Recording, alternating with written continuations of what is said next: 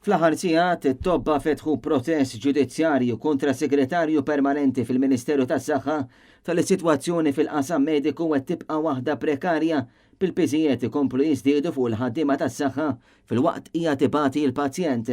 L-Assoċjazzjoni tat-Tobba il-MAM ħasset il-ħtieġa li tieħu dan il-pass biex tħares id-drittijiet tagħha u tal-irwoli li taqdi billi tieħu l-Segretarju Permanenti fil-Ministeru ta' Chris Fearn il-qorti.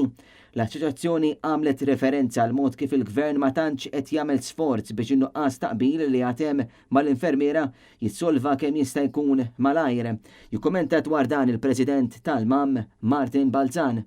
Mela, aħna bħala l-Union nirrappreżentaw it-Tobba minħabba kwestjoni li ma tolqotx lilna qed jirriżulta li xi 20 pazjent li għadhom kemm iddaħħlu l-isptar għax huma morta serji għandhom bżonn jiddaħħlu l-isptar qed jitħallew kurutur bla nurses bla ħadd magħhom. Aħna jidrilna li dik hija sitwazzjoni ta' periklu.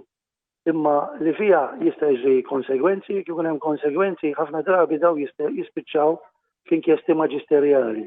Aħna qed niġbdu l-attenzjoni tal-awtoritajiet li aħna t-tobba nieħdu d-deċiżjonijiet nittrattaw il-pazjent u mbagħad nistennew li dak li t-tobba jkunu ordnaw isir f'waqtu u kif suppost. U jekk għal xi raġuni li aħna m'għandniex kontroll fuqha ma tiġrix, aħna ma ninżammux responsabbli jekk ikun hemm konsegwenzi fuq il-pazjent. Bħalissa għadhom għaddejjin qatt ta' direttivi mill-MUMN fil-konfront tal-Gvern għan-nuqqas stazzjoni fil-konfront tas-sija attwali qed ikollhom jagħmlu l-ħaddiema tas-saħħa il-pagi baxxi u n-nuqqas ta' ħaddiema f'dan is-settur.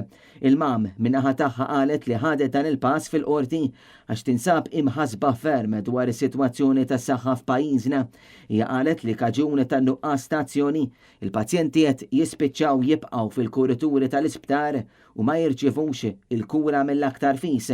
Il-MAM tenniet li t-tobba mhux se jkunu responsabbli għal ċertu dewmien li qed jinħoloq jew għat-tibdil fil-proċeduri mediċi fl-Isptar Mater Dei.